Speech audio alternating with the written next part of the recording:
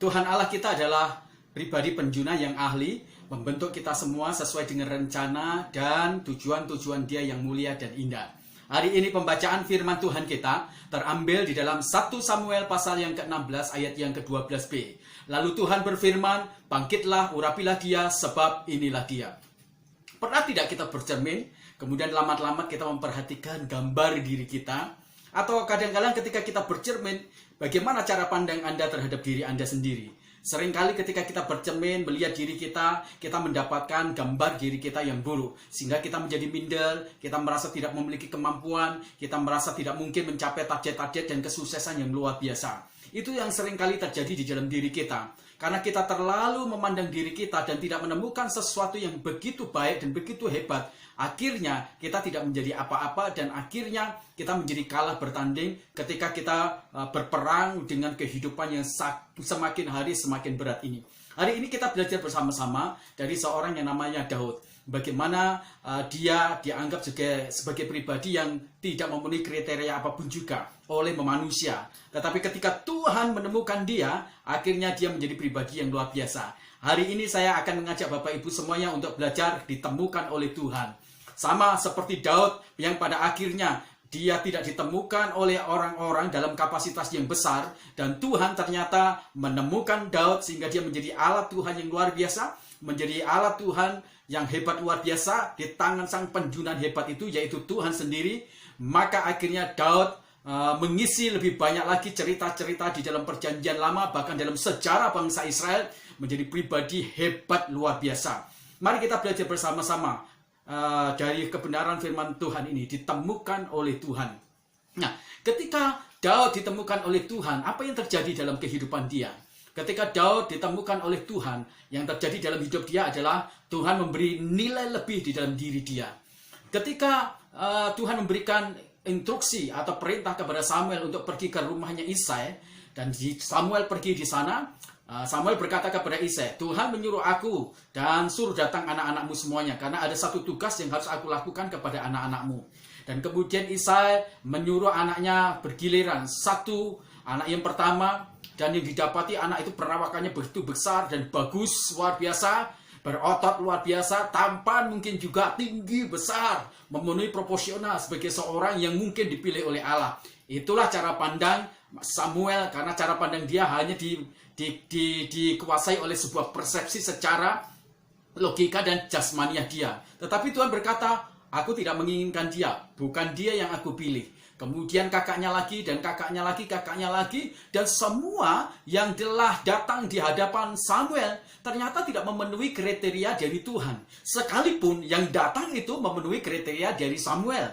Karena masing-masing orang itu memiliki postur tubuh yang sangat kekar, postur tubuh yang sangat tinggi, dan memiliki kemudian perawakan-perawakan yang cukup bagus kalau dinilai secara fisik luar dia. Bahkan mungkin juga orang tua dari Isai juga menganggap beberapa anaknya juga demikian. Sampai akhirnya Isai berkata, "Apakah anakmu cuma ini?" "Oh enggak, masih ada satu lagi. Dia kerjaannya sebagai seorang penggembala." Daud tidak diperhitungkan oleh bapaknya. Daud tidak diperhitungkan juga oleh saudara-saudaranya. Kenapa? Secara fisik tampilannya mungkin dia sangat-sangat berbeda dengan kakaknya. Yang tinggi perawakannya, yang kekar, mungkin juga ya memunculkan satu performa yang luar biasa. Tapi Daud, anaknya yang datang itu imut-imut, kecil, tidak memiliki perawakan sebagai seorang tentara, tidak memiliki perawakan mungkin sebagai orang yang hebat. Tetapi Tuhan menemukan Daud. Dan ketika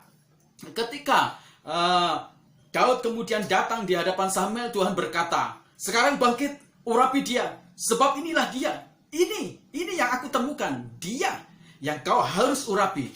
Nah, sementara orang lain tidak memberikan nilai lebih kepada Daud, sementara orang lain tidak memberikan harga kepada Daud, dan mungkin nilai Daud itu di pandangan Samuel, di pemandangan saudara-saudaranya, bahkan di pemandangan bapaknya itu sangat rendah. Tetapi Tuhan memberikan nilai yang sangat tertinggi bagi Daud. Sekalipun Daud itu dalam ukuran manusia tidak memiliki nilai, tetapi Tuhan memberi nilai lebih. Sehingga akhirnya Tuhan jatuh hati kepada Tuhan.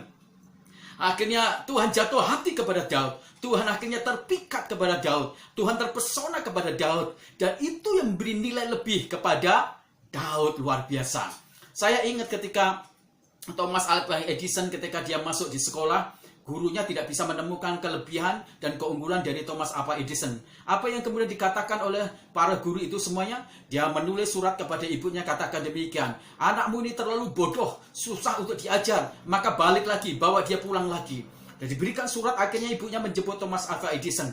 Dan ibu membaca surat itu, hatinya sedih. Tetapi ibunya belajar untuk menemukan sesuatu yang lebih dari Thomas Alva Edison. Dan akhirnya ketika ibunya menemukan sesuatu yang lebih dan memberikan nilai lebih kepada Thomas Alva Edison, akhirnya Thomas Alva Edison menjadi seorang penemu yang begitu luar biasa, ahli saintifik yang luar biasa. Kalau orang-orang bisa menemukan kita sedemikian rupa, akhirnya kita jadi hebat, apalagi Tuhan Allah kita. Kalau hidup kita ditemukan oleh Tuhan, maka dia akan memberi nilai lebih dalam hidup kita semuanya. Lionel Messi, sebelum dia menjadi seorang pesepak bola terkenal, dia adalah anak yang sangat kecil, pincang, dan tidak memiliki kemampuan kelihatannya. Tapi kemudian ada seorang pelatih sepak bola yang melihat Lionel Messi itu, dan dia temukan itu, dan dia ajak dia bimbing dia, akhirnya Lionel Messi menjadi seorang pemain sepak bola yang sangat mahal juga. Kalau kita ditemukan oleh orang yang tepat, pribadi yang tepat, maka hidup kita pasti akan punya nilai lebih. Dan kalau kita kemudian juga ditemukan oleh Tuhan, hidup kita, hidupmu juga akan diberi nilai lebih dalam hidupmu. Nah, saya ingat cerita tentang Leonardo da Vinci. Satu saat dia menginginkan kursi yang kecil dan meja yang kecil. Karena dia memiliki banyak kesibukan, akhirnya dia minta tolong kepada temannya, tetangga dia, yang bekerja sebagai seorang pelukis amatiran. Dan tapi dia juga memiliki kemampuan untuk membuat meja-meja itu lumayan bagus. Akhirnya Leonardo da Vinci datang kepada tetangganya dia dan berkata, tetanggaku, bisa tidak kamu membikinkan meja kecil dan kursi yang kecil? Oke, dibikinkanlah. Kemudian 2 hari setelah itu diselesaikan dan dibawa ke tempatnya Leonardo da Vinci dan senang sekali. Dan orang ini berkata, Leonardo da Vinci, ini kursi, ini meja sudah selesai. Tapi Leonardo da Vinci dia berkata, temanku, aku tidak punya uang. Sudahlah, nggak perlu. Saya dikatakan gini, aku kan suka bikin lukisan-lukisan. Lukisanku itu banyak sekali, tetapi tidak ada yang laku. Aku hanya minta kamu, ini ada kuas, terus kemudian kamu pergi ke rumahku, ambil kuas, dan kemudian kamu tanda tangani semua lukisan. Apa yang terjadi? Lukisannya itu kemudian menjadi punya nilai dan harga tinggi yang mahal. Siapa yang meletakkan harga dan nilai yang begitu sangat tinggi? Tanda tangan dari Leonardo da Vinci itu memberikan nilai lebih. Bukankah tangan Tuhan, tanda tangan Tuhan ada dalam hidup kita? Kalau kau ditemukan oleh Tuhan dan tanda tangan Allah di sana, maka nilaimu dan hargamu sangat mahal dan sangat tinggi luar biasa. Jadi, jangan pernah kita menganggap diri kita terlalu rendah, gambar diri kita terlalu biru. Jadilah menjadi pribadi yang ditemukan oleh Tuhan, sampai akhirnya kita bisa menemukan nilai lebih yang diberikan Tuhan di dalam hidup kita. Yang kedua, kalau Tuhan itu menemukan kita, apa yang diperbuat selain dia memberikan nilai lebih di dalam hidup kita semuanya? Tuhan memberikan kepada kita sebuah promosi-promosi khusus yang sangat besar di dalam hidup kita semuanya. Pada waktu Tuhan menemukan Daud, apa yang sedang disediakan Tuhan untuk promosi Daud? Dia disediakan satu promosi jabatan yang sangat luar biasa. Apa itu? Dia akan menjadi seorang raja menggantikan Saul. Ketika Tuhan menemukan kita, dia tidak akan menemukan kita hanya untuk sesuatu yang sederhana, tapi dia ada sesuatu tujuan-tujuan yang besar. Dalam segala aspek mungkin secara manusiawi itu sederhana, tetapi di dalam kacamata Tuhan selalu ada promosi-promosi besar untuk kehidupan kita semuanya. Jadi ketika Tuhan menemukan kita, di sana ada satu tugas-tugas besar. Petrus bersama teman-temannya, mereka sebelum ditemukan oleh Tuhan Yesus, mereka adalah seorang penjala ikan. Tetapi ketika dia ditemukan oleh Tuhan Yesus dan Tuhan memberikan kepada dia suatu promosi menjadi penjala manusia, akhirnya mereka menjadi rasul yang hebat, yang luar biasa. Setiap kali Tuhan menemukan kita, di sana selalu ada promosi-promosi besar, ada promosi-promosi yang hebat di dalam hidup kita semuanya. Jadi, ketika Tuhan menemukan kita, ingat baik-baik, maka Tuhan akan memberikan kepada kita semuanya satu tugas atau promosi yang sangat besar di dalam hidup kita. Daud ditemukan Tuhan dan dia disediakan satu promosi untuk menjadi raja yang menggantikan Saul. Saya tidak tahu promosi-promosi secara khusus bagi Bapak Ibu semuanya, saudara-saudara, atau siapapun juga Anda. Tetapi ingat baik-baik, kalau Tuhan menemukan kita, dia pasti akan menyediakan satu promosi tugas besar yang akan diberikan kepada kita semuanya. Bersyukurlah kalau Tuhan menemukan kita. Jangan menganggap remeh ketika Tuhan memberikan promosi di dalam diri kita. Jangan anggap kemudian menjadi sesuatu yang tidak penting untuk sebuah tugas-tugas yang Tuhan berikan. Entah itu tugas itu kelihatannya kecil, tapi ingat baik-baik. Dalam kerangka perencanaan Allah itu merupakan satu tugas besar di dalam hidup kita semuanya.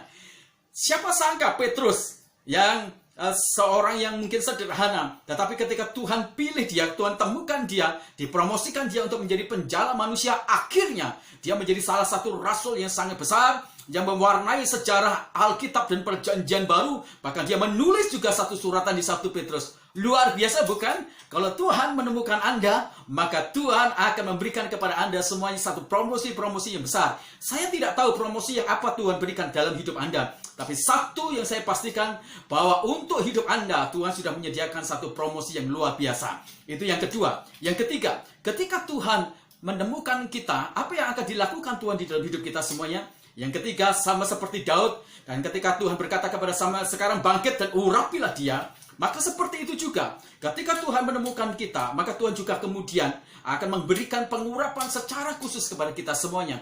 Ketika Samuel mengurapi Daud, maka di sana ada satu tanda pelantikan secara sah untuk sebuah posisi sebagai pribadi seorang raja. Ada pengurapan secara sah, ada meterai secara sah, dilantik secara sah oleh Tuhan secara khusus. Jadi, secara hukum rohani, secara hukumnya Tuhan, maka Daud itu secara hukum rohani, dia sah menjadi raja di matanya Tuhan untuk menggantikan Saul. Dan ini luar biasa. Jadi ketika Tuhan menemukan kita, di sana ada urapannya yang memberikan kepada kita sebuah pelantikan, pemeteraian secara sah bahwa kita sedang akan menduduki satu jabatan posisi resmi untuk sebuah tugas. Jadi tidak main-main di sana. Jadi kita dilantik secara sah. Jadi kita dipilih secara sah. Dan akhirnya karena kita sah, maka kita kemudian berhak kemudian untuk menduduki posisi-posisi seperti itu. Bukan hanya itu, ketika sebuah benda atau apapun juga, benda itu kemudian diurapi, maka benda itu kemudian menjadi satu benda yang dikhususkan khusus untuk Tuhan. Jadi ketika Daud itu diurapi, bukan hanya hidupnya dimeteraikan, bukan hanya hidupnya dilantik secara khusus, tetapi hidupnya sekarang dikhususkan untuk Tuhan. Ini yang luar biasa. Kadangkala ketika kita ada di dalam dunia ini, kita merasa hidup untuk diri kita sendiri. Kita hidup untuk semau gue kita sendiri. Tapi ingat, ketika Tuhan menemukan kita, Tuhan ingin kita menjadi milik khususnya, menjadi alat khususnya. Tidak ada yang boleh memiliki kita semuanya. Dunia tidak boleh memiliki kita. Kenapa? Karena kita dikhususkan untuk Tuhan. Dipakai untuk khusus untuk Tuhan. Untuk kemuliaan Dia, untuk keagungan Dia. Bukankah ini sesuatu yang luar biasa? Saya lahir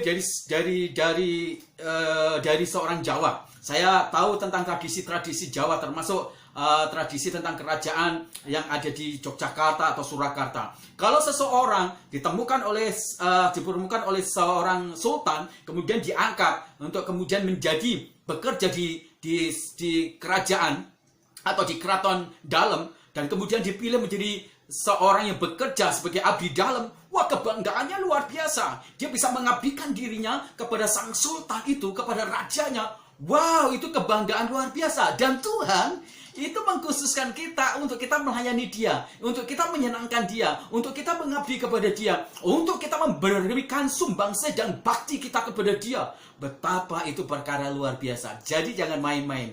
Anda kalau ditemukan oleh Tuhan, Anda dimiliki Tuhan, dikhususkan untuk Dia, untuk memuliakan Dia, untuk mengagungkan Dia. Ini luar biasa, sangat-sangat luar biasa.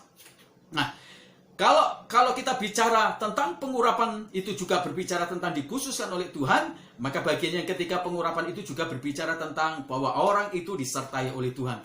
Ketika Raja Saul diurapi oleh Tuhan, apa yang terjadi? Maka mulai dari situ kemudian Roh Allah menyertai.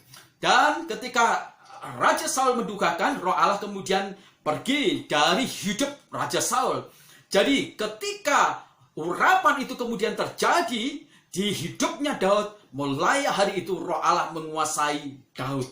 Dan ingat, berarti Daud disertai oleh Tuhan. Pantas kalau Daud disertai oleh Tuhan, dia menjadi raja yang tidak pernah dapat ditaklukkan dan dikalahkan. Dia adalah raja yang setiap kali berperang dia menjadi menang.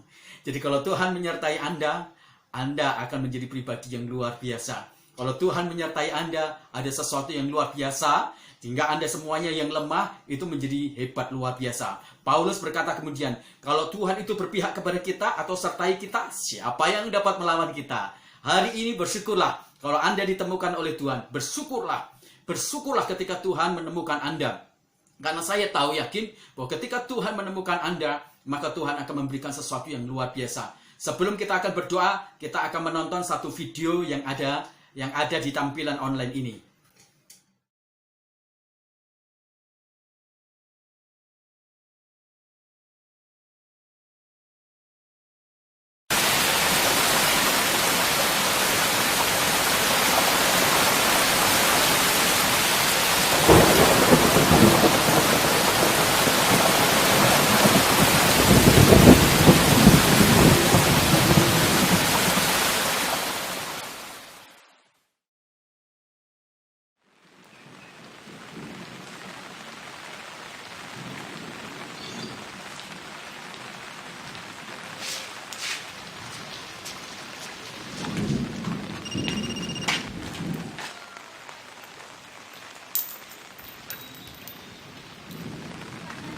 Ya, halo? Ya. Pokoknya gaji bulan ini dibayar 2 kali pembayaran. Gaji bulan ini harus dibayar 2 kali. Pokoknya saya nggak mau tahu. Bayar, belum bayar. Bilang sama anak buah kamu. Ya. Bulan ini dibayar 2 kali pembayaran. Ya. Ya udah. Terima kasih.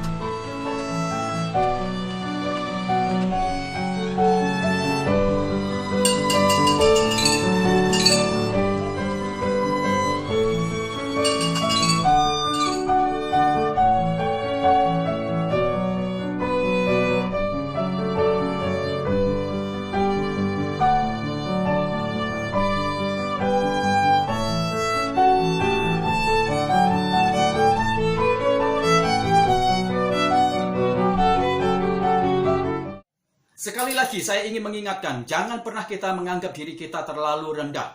Jangan kita memandang gambar diri kita terlalu buruk. Ingat, ada Tuhan yang menemukan kita, ada Tuhan yang telah mati dibagi kita semuanya, ada Tuhan yang telah tersalib, ada Tuhan yang telah membeli kita. Dan ketika dia membeli kita, berarti dia menemukan kita. Kalau kita berhubungan dengan proses pembelian, orang memilih, dan akhirnya dibeli. Jadi kalau kita dibeli, kita ditemukan oleh Allah. Dan kalau kita ditemukan oleh Allah, ada sesuatu yang besar yang Tuhan akan kerjakan dalam hidup kita semuanya. Mari kita berdoa. Bapa di dalam surga, terima kasih. Kami yang hina, kami yang tidak memiliki apa-apa, kami yang terhitung sebagai pribadi yang mungkin tidak pantas, tetapi Engkau menemukan kami. Dan ketika Engkau menemukan kami tidak dibuang, kami tidak dipandang remeh, tetapi Kau mengangkat kami, memberi nilai harga tinggi bagi kami semuanya. Engkau memberikan kepada kami tugas-tugas khusus untuk dimiliki oleh Allah, satu tugas besar, dan Engkau memberikan pengurapan yang luar biasa kepada kami. Engkau sertai kami sehingga kami bisa mampu melakukan sesuatu bersama-sama dengan Engkau dengan perkara-perkara besar yang luar biasa. Tuhan, terima kasih. Kami berdoa untuk saudara-saudara kami, para pengusaha-pengusaha, mitra-mitra bisnis kami yang mereka hari-hari ini menghadapi imbas COVID ini, usaha mereka, bisnis mereka seperti kolab karena tidak ada transaksi jual beli, karena terhentinya produksi, karena ada bahan-bahan baku yang tidak tersedia. Ketika mereka menghadapi situasi ini, Tuhan kuatkan imannya, kuatkan mentalnya, kuatkan pikirannya, supaya mereka semua tidak mengalami depresi, stres, tetapi sebaliknya mereka tumbuh dan kuat. Tuhan lindungi mereka semuanya, jaga mental, jiwa, dan rohnya. Tuhan berikan hikmat untuk mereka bisa mengurai masalah ini dan mendapatkan solusi-solusi dan menjadi pribadi yang kreatif dan inovatif untuk mencoba sesuatu yang baru bersama-sama dengan Engkau. Memberkati saudara-saudara kami yang tidak memiliki pekerjaan, Tuhan memberkati dengan cara-cara ajaib. Tuhan mengirimkan orang-orang yang mensupport mereka semuanya. Berkati para dokter, para suster, Tuhan Engkau campur tangan, Engkau memberkati supaya mereka dijauhkan dari COVID-19 ini. Berkati yang sakit COVID dan sakit yang manapun juga, Tuhan Engkau jamah, Engkau berkati.